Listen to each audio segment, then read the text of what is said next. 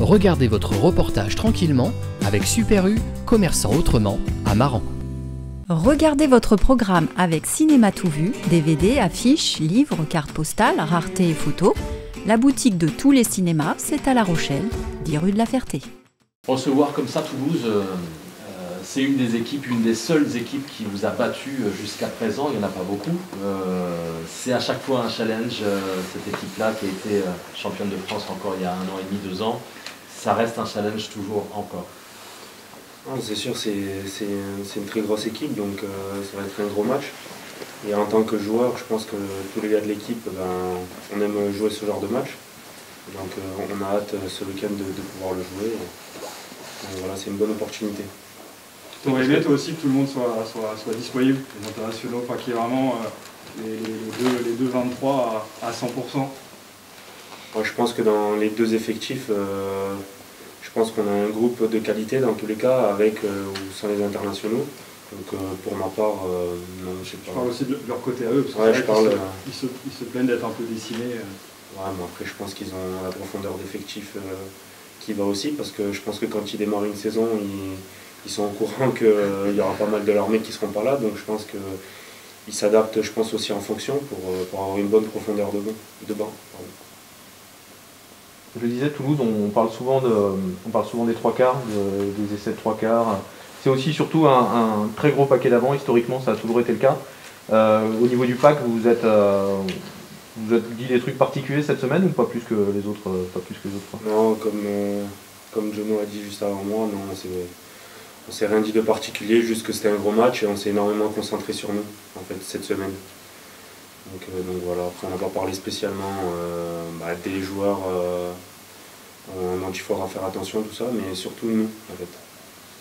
Alors la fin de saison ne se joue pas sur ce match-là, bien sûr, il y en a encore pas mal d'autres, mais on a la sensation qu'en arrivant à battre Toulouse à domicile, vous allez de façon quasi définitive vous installer peut-être dans les 4 de façon sûre. En tout cas, ça peut faire basculer la fin de saison, non?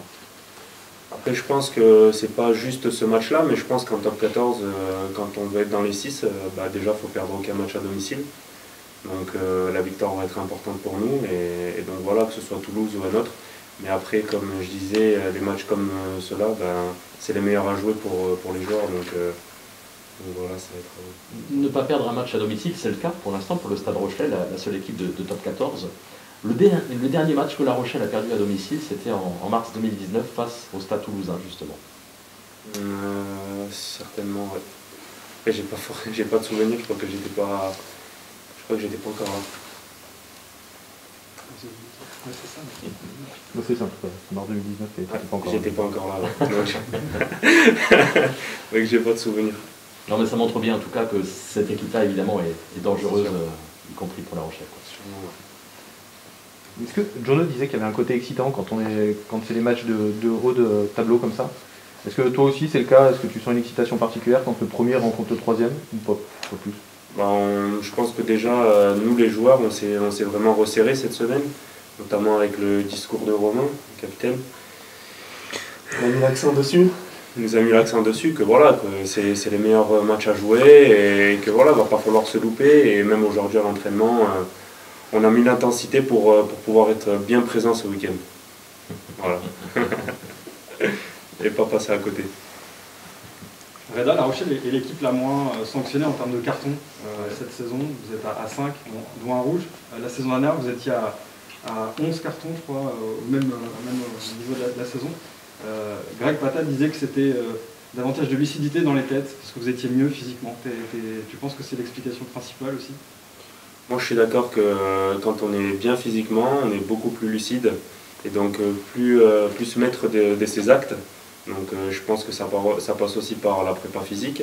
Mais je pense aussi que le discours, quand on a démarré l'année, on a mis pas mal l'accent sur la discipline et que c'est l'un des fondamentaux, je dirais, pour pouvoir gagner un match.